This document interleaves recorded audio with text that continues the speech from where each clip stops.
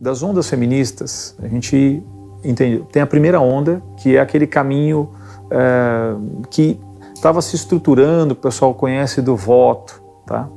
Mas ali ainda não tinha a teoria de gênero. Nós estamos falando das duas ondas, da segunda e da terceira onda. No movimento feminista de segunda onda é que surgem duas grandes pensadoras feministas, a Beth Friedan e a Simone de Beauvoir. A Beth Friedan, como uma americana, falava principalmente para as burguesas, e a Simone de Beauvoir, como uma francesa ligada ao socialismo, falava principalmente para as feministas de esquerda. Mas as duas tinham algo em comum: o desprezo pela feminilidade.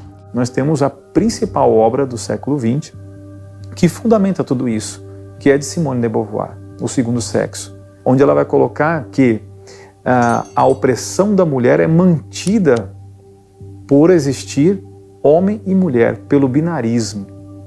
Ela abre isso nos anos 49, ela vai falar, olha, as mulheres conseguiram os direitos civis e políticos, mas a mulher ainda não alcançou a liberdade. E por que não alcançou essa liberdade? Ela não alcançou ainda porque existe uma opressão do papel da mulher, que ainda tem como opção no seu imaginário ser mãe, ser mulher em si.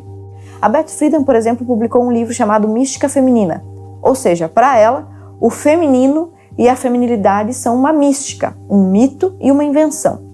Então ela difunde esse livro entre as americanas, dizendo que tudo que nós conhecemos como feminino, a maternidade, as preferências profissionais, como por exemplo enfermagem, pedagogia, o apreço pelas crianças, o cuidado com os idosos, a domesticidade, enfim, quaisquer características femininas são apenas propaganda e invenção masculina para oprimir as mulheres. Então a Beth Friedan vai vender essa ideia de que feminino não existe.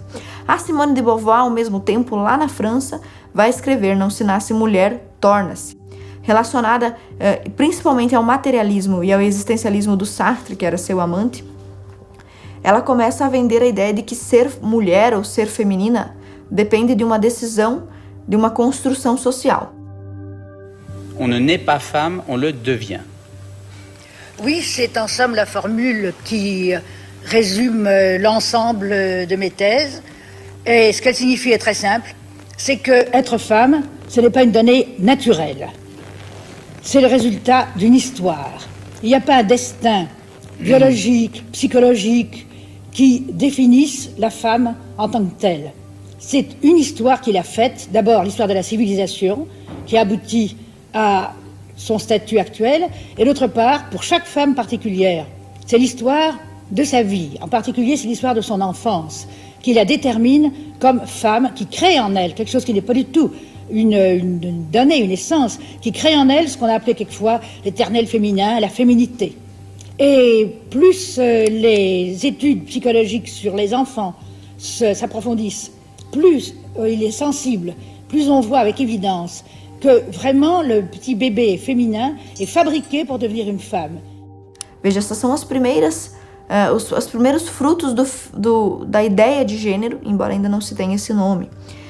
Tanto americanos quanto franceses, então, são envenenados com essa ideia de que a feminilidade e a masculinidade são construções e, portanto, são falsas, de que são artificiais e de que não são naturais. Mas temos também a Júlia Kristeva, que diz, estritamente falando, não se pode dizer que existam mulheres. Então veja, o feminismo que diz representar as mulheres, desde a segunda onda do movimento feminista, começa a trazer pra gente escritoras, pensadoras, protagonistas do movimento feminista que contestam a própria feminilidade e aí conseguem usar a ideologia de gênero a favor do movimento feminista.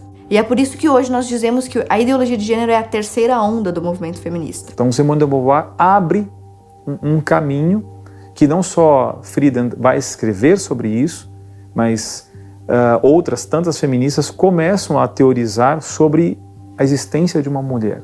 Essa teoria vai ser desenvolvida posteriormente por outras feministas, por várias delas, mas principalmente por Butler, a sua principal obra, O Problema de Gênero, a subversão da identidade, já mostra no próprio subtítulo o que se pretende.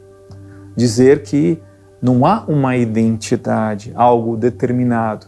Como nós vimos no livro da Judith Butler, Se o gênero é fluido, então ele também não pode ser reduzido ao número de 2. Nós já temos feministas que dizem que existem 5, 7, e feministas que dizem que existem tantos gêneros quanto pessoas.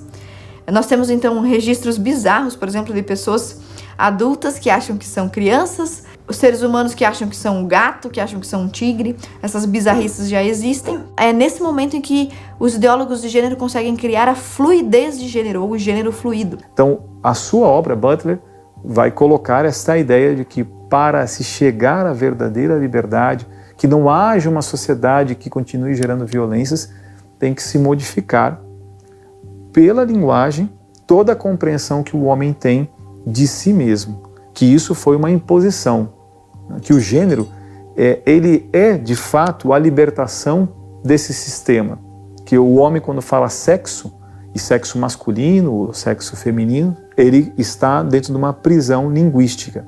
O gênero seria a libertação linguística.